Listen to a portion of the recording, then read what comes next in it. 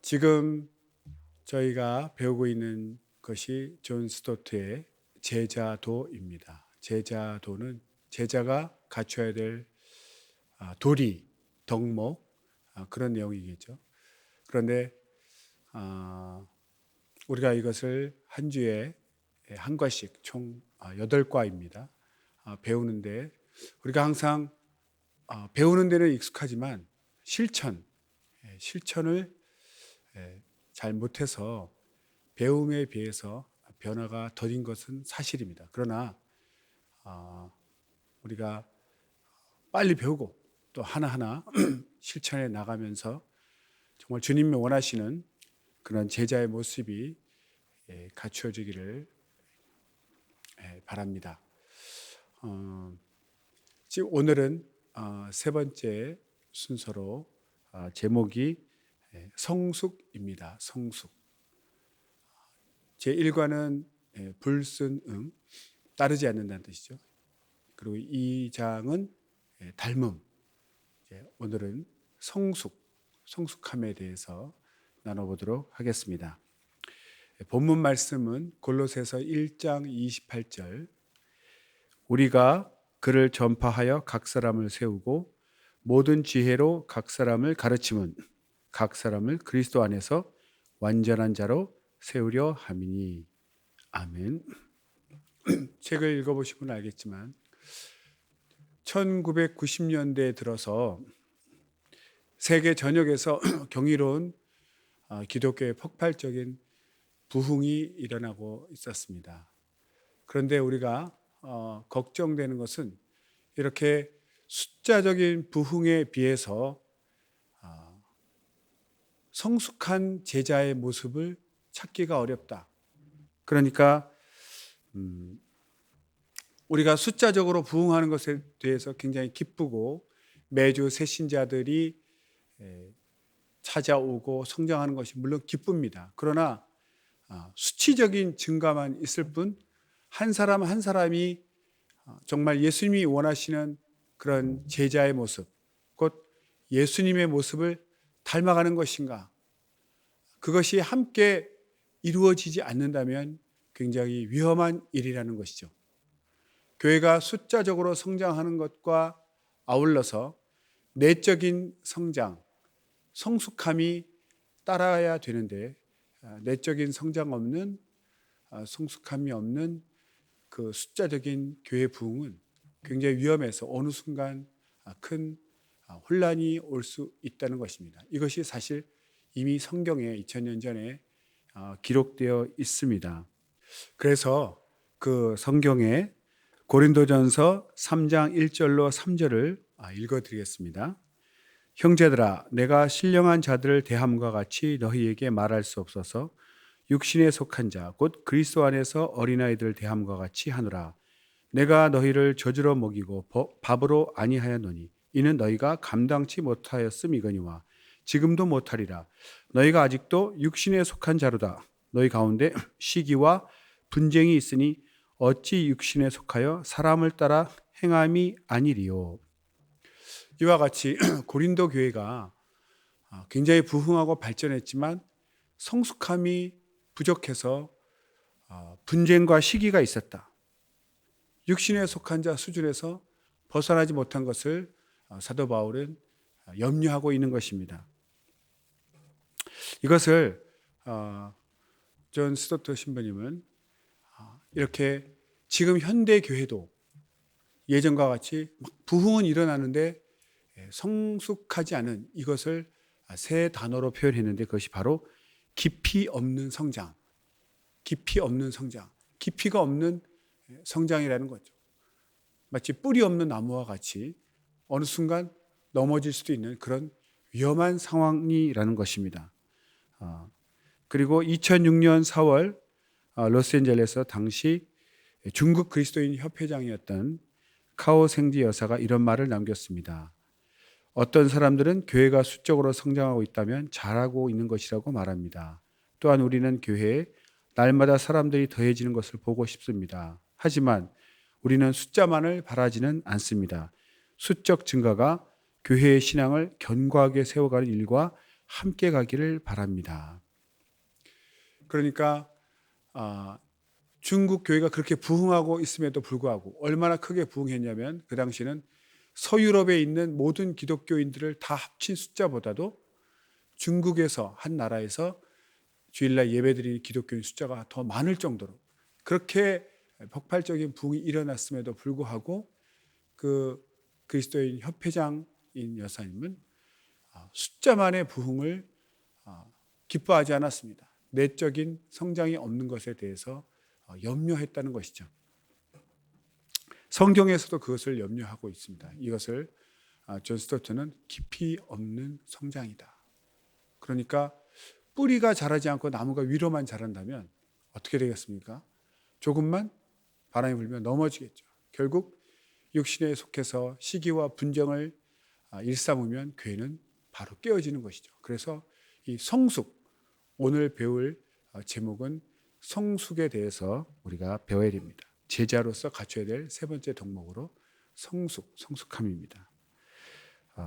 오늘 본문에 나와 있는 것 같이 사도 바울은 오늘 본문을 통해서 이렇게 말씀합니다. 다시 읽어드리겠습니다. 우리가 그를 전파하여 각 사람을 권하고 모든 지혜로 각 사람을 가르침은 각 사람을 그리스도 안에서 완전한 자로 세우려 함이니.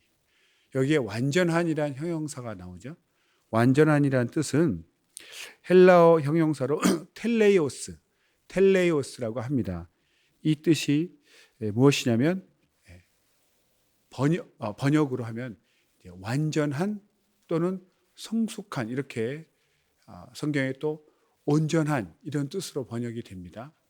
총 19번 정도 나오는데요. 이것이 이제 여기서는 완전한, 또 다른 번역에서는 성숙한 또는 온전한 이렇게 나오는데 사실 완전한과 성숙한은 조금 의미가 달리 느껴질 수 있습니다. 그러나 완전하다는 것은 하나님의 속성이고 사실 인간에게는 완전하다는 것이 쉽지 않습니다. 오히려 성숙한 이런 의미가 더 와닿고 더 맞다고 생각합니다. 그래서 이 성숙하다고 쓰일 때는 어린아이와 반대되는 개념, 즉 어린아이는 미숙하지만 어른이 되면 이제 성숙하죠. 이렇게 어린아이와 반대되는 개념으로 성숙한 또는 장성한 이런 의미가 더 맞다고 생각합니다. 영어로 하면 이제 fully mature 이렇게 얘기하죠. 그 예로 고린도전서 13장 10절에 온전한 것이 올 때는 부분적으로 하던 것이 페아리라. 온전한 이것도 텔레이오스입니다. 또 고린도전서 14장 10절에도 형제들아 지혜에는 아이가 되지 말고 악에는 어린아이가 되라. 지혜에 장성한 사람이 되라. 여기에 장성한으로 번역된 것도 헬라어의 텔레이오스입니다. 그래서 온전하다, 장성하다 이런 개념으로 성숙한 의미로 쓰일 때 이 단어가 바로 텔레이오스입니다. 왜 이 텔레이오스가 사용되는지는 조금 후에 다시 설명을 드리도록 하겠습니다. 그래서 우리가 오늘 배울 제목이 성숙인데요. 이것을 헬라 형용사 텔레이오스라고 말씀드렸습니다. 그래서 이 텔레이오스, 성숙에 대해서 좀 자세히 알아보겠습니다. 첫 번째로 성숙의 본질에 대해서, 성숙이란 무엇인가? 우리는 항상 늘 미성숙한 상태이기 때문에 과연 성숙함이 어떤 것일까? 성숙에 도달한 사람이 많지 않기 때문에 그 성숙의 개념에 대해서 좀 어렵게 여길 수 있습니다. 정확하게 이해하기가 어렵죠. 그러나 성숙에는 우리가 여러 가지로 말할 수 있습니다. 신체적인 성숙, 지적 성숙, 도덕적 성숙, 정서적 성숙, 그리고 영적 성숙이 있죠. 그래서 성숙을 여러 가지로 여러 종류로 나눠봤는데 우리가 먼저 신체적인 성숙이 무엇이냐? 그러면 당연히 건강하게 잘 발달된 신체죠. 어린아이는 잘 넘어지죠. 손해가 발달하지 않아서. 그러나 손해가 발달하고 근육이 발달하고 뼈가 발달해서 아주 튼튼한 육체를 갖게 됩니다. 지적 성숙이라는 것은 훈련된 지성과 일관성이 있는 세계관을 가지는 것. 그러니까 지적으로 분별할 수 있는 능력이 있는 거죠. 그리고 또 어떤 체계적인 일관성 있는 세계관을 갖고 있을 때 지적인 성숙이라고 말합니다. 그리고 도덕적 성숙은 무엇인가? 연단을 받아서 선악을 분별할 줄 아는, 선과 악을 구별할 줄 아는 능력을 바로 도덕적 성숙이라고 합니다. 그리고 정서적 성숙이라고 있는데 인간관계를 잘 맺고 책임을 감당하는 균형 잡힌 인격, 인간관계를 잘 맺고 자기 책임을 감당할 수 있는 이런 성숙을 정서적 성숙이라고 합니다. 그리고 가장 중요한 이제 영적 성숙이 있죠. 영적 성숙은 우리가 어떻게 정의하냐면 사도 바울은 그리스도 안에서의 성숙, 그리스도와 성숙한 관계를 맺는 것을 영적으로 성숙했다. 그냥 영적 그러면 개념이 부족합니다. 그래서 영적으로 성숙했다는 뜻은 영적 주체가 되는 그리스도와 성숙한 관계를 맺는 것, 그리스도 안에서 성숙하는 것. 다른 이상한 잡신들과 연결되어서 그쪽에서 많이 아는 것을 우리는 영적으로 성숙하다 하지 않는다는 거죠. 예수님 안에서, 그리스도 안에서 그리스도와 성숙한 관계를 맺는 것을 영적 성숙이라고 합니다. 그래서 우리가 그리스도 안에 있다는 것은 무슨 뜻이냐면 그리스도와 연합하고 있다는 것이다. 단지 어떤 통 안에 무슨 물건이 들어있거나 옷장 안에 옷이 들어있는 그런 단순한 안에 있다는 것이 아니라 연합되어 있다라 그런 뜻. 유기적으로 또 생명으로 인격적으로 하나님과 그리스도와 연결되어 있다는 것이죠. 주님의 마음과 주님의 뜻을 헤아리는 그런 수준. 그래서 주님이 원하시는 것은 순종하고 원치 않는 싫어하시고 미워하시는 것은 과감히 포기하는 그런 주님과 연결되어 있는 것을 영적인 성숙이라고 우리가 합니다. 그래서 그리스도를 예배하고 신뢰하고 사랑하고 결과적으로 순종하는 그런 주님과 성숙한 관계를 맺는 것, 이것을 영적인 성숙이라고 정의합니다. 두 번째로 그러면 그리스도인은 어떻게 성숙하는가? 성숙하는 방법에 대해서 오늘 본문 1장 28절에 잘 나와 있습니다. 그 방법은 바로 우리가 그를 전파하여 각 사람을 그리스도 안에서 완전한 자로 세우는 것입니다. 그러니까 예수님의 가르침을 잘 가르쳐서 예수님의 가르침대로 순종하고 예수님의 말씀을 잘 따르는 것을 얘기하는 거죠. 그러기 위해서는 예수님을 정확하게 성경을 통해서 알 필요가 있습니다. 왜냐하면 이 땅에는 가짜 예수가 많이 나와 있다는 거죠. 성경에 기록되어 있는 진짜 예수, 진정한 예수가 아닌 가짜 예수가 이 땅에 많이 나와 있기 때문입니다. 그래서 거짓 예수, 왜곡된 예수, 어설프게 모방된 예수라고 우리가 얘기하는데 이 시대에 우리가 자본주의 시대에 살다 보니까 자본주의적인 예수 또 사회주의자 예수로 설명하는 것도 있습니다. 서로 대립하고 있고 또 금욕주의자 예수 또는 탐식주의자 예수 이렇게 대립시키고 있습니다.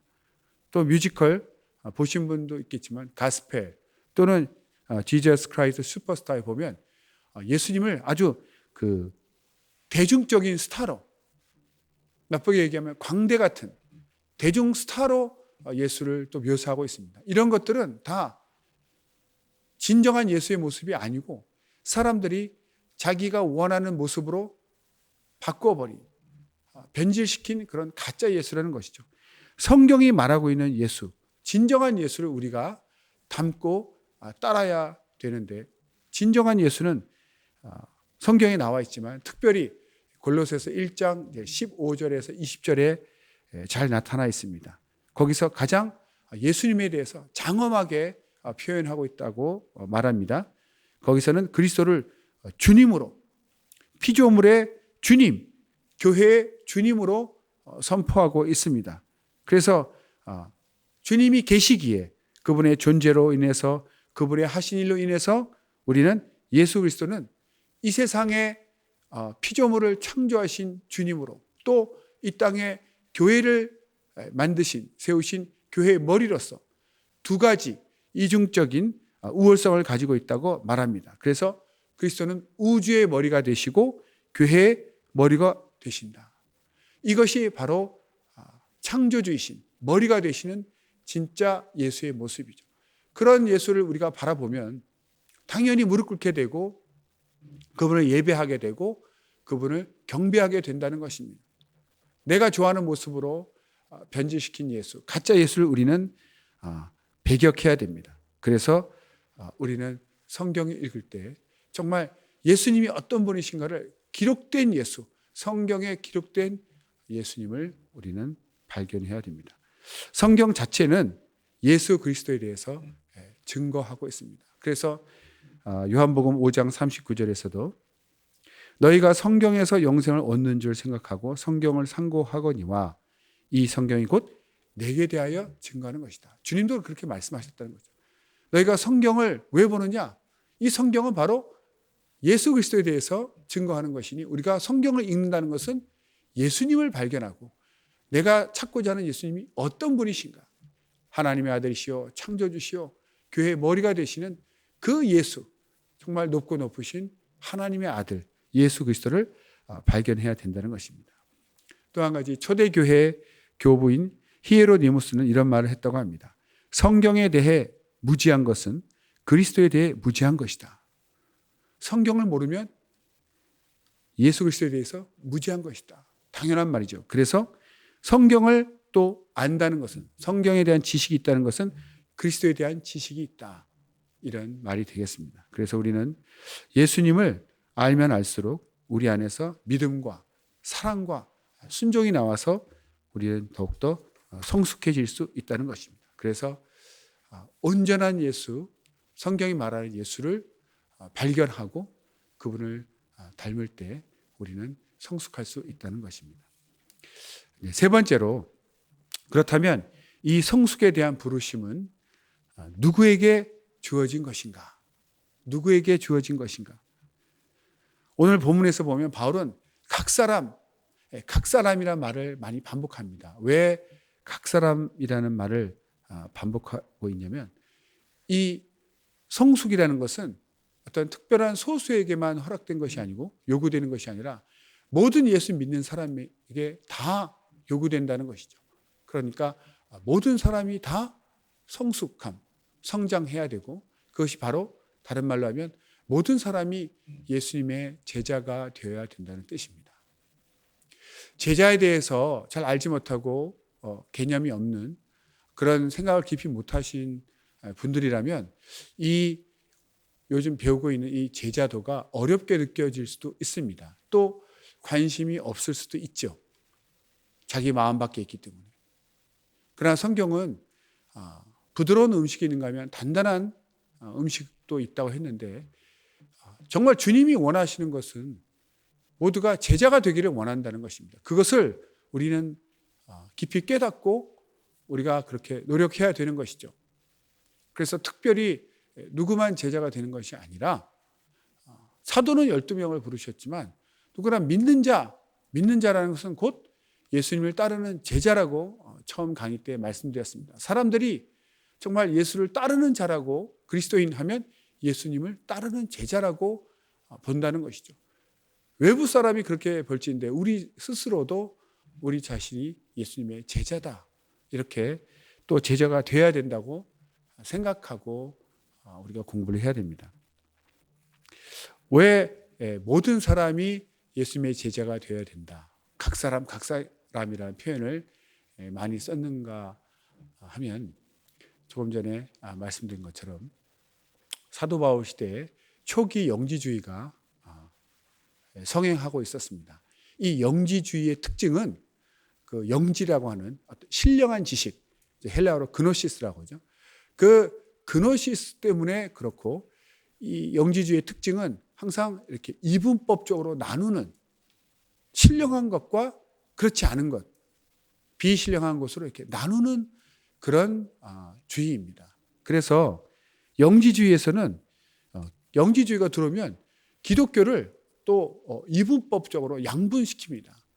그러니까 기독교 안에 영지주의가 침투해서 어떤 일이 일어나냐면 기독교 안에 이 성도님들을 두 계급, 두 종류로 나눠버리는 거죠.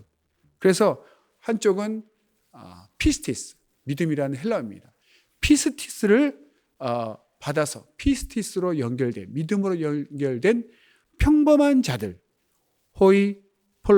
호이폴로이라는 뜻입니다. 평범한 자들, 이런 그룹이 있고, 또 한 그룹은 그노시스, 신령한 지식이라는 뜻이죠. 특별한 지식, 그노시스로 연결된, 그노시스를 전수받은 호이텔레오이,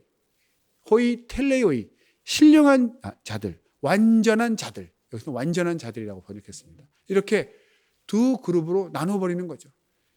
그러니까 지식도 그노시스라는 특별한 그런 지식을 받은 자들은 완전한 자들이 된다. 그러니까 온전한 그리스도인이 된다는 거죠.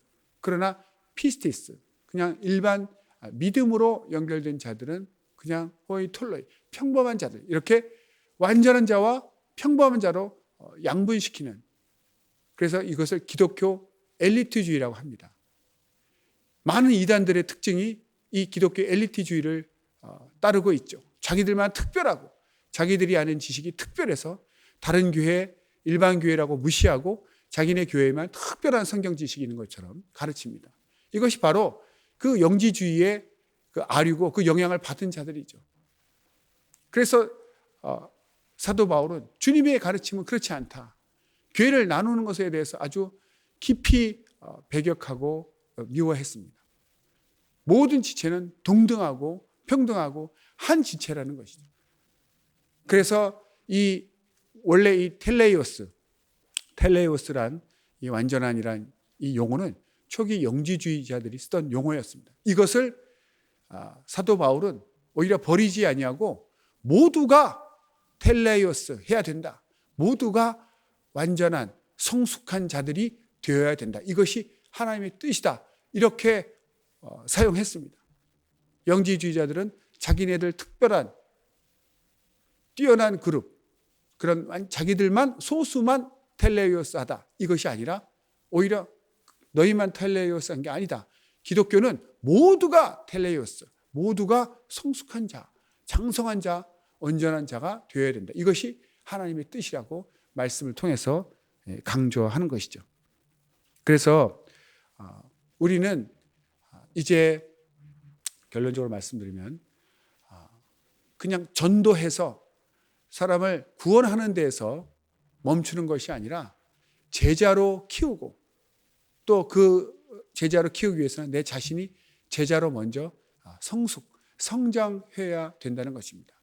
많은 사람들이 이제 사도 바울을 생각할 때 교회를 개척하는 교회 개척자, 또는 개척 선교사, 교회를 세우는 자, 전도자, 이렇게 많이 얘기하지만 실제로 성경에서 나타난 사도 바울은 자신을 표현할 때 목회자의 심령, 교사의 심령, 영혼을 정말 성장시키기 원하는, 성장하기를 원하는 그런 목회자의 심령을 많이 표현하고 있습니다.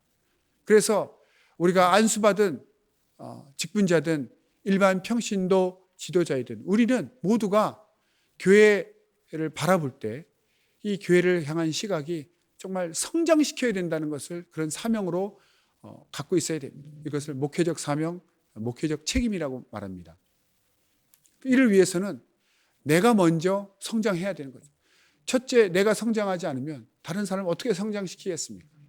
그래서 첫째는 자신이 먼저 성장해서 성숙함에 이르고, 또 그 후에 다른 사람에게 예수님을 또 전파해서 예수님을 가르쳐서 예수님을 닮게하는 다른 사람들도 장성한 분량, 성숙한 자, 완전한 자로 세워야 될 것입니다. 그래서 우리는 정말 이제 예수님을 믿고 구원시키는 단계에서 멈추는 것이 아니라 성장하는 진정한 제자가 되는, 그래서 제자의 덕목 중에 주님과 같게 성장하는 그런 마음을 가지고 예수님을 바라봐야 합니다. 우리가 성경을 바라보는 시각이 정말 내가 사랑하고 닮고 순종하고 싶어하는, 내가 예배드리고 싶은 예수님은 어떤 분인가를 발견하고자 하는 마음으로 성경을 읽어야 되는 것이죠. 그래서 성경을 읽으면 읽을수록 변질된 예수를 우리는 구별해내고 정말 성경이 말하고 있는 진정한 예수, 이 땅을 창조하시고 이 땅의 주인 되시고 주님 되시고 또 교회를 세우신 교회 머리 되신 우리가 그분을 알면 알수록 더욱더 우리는 낮아지고 겸손하게 그분을 사랑하고 순종하고 경배할 마음이 듭니다. 이렇게 해서 우리는 예수님을 닮아가는 성장하는 제자가 되는 것입니다. 오늘은 성숙에 대해서 성장에 대해서 배웠습니다. 지금까지 배운 것들을 잘 또 묵상하시고 자신에게 적용하셔서 주님이 기뻐하시는 진정한 성숙한 제자가 되시기를 예수 이름으로 축원합니다.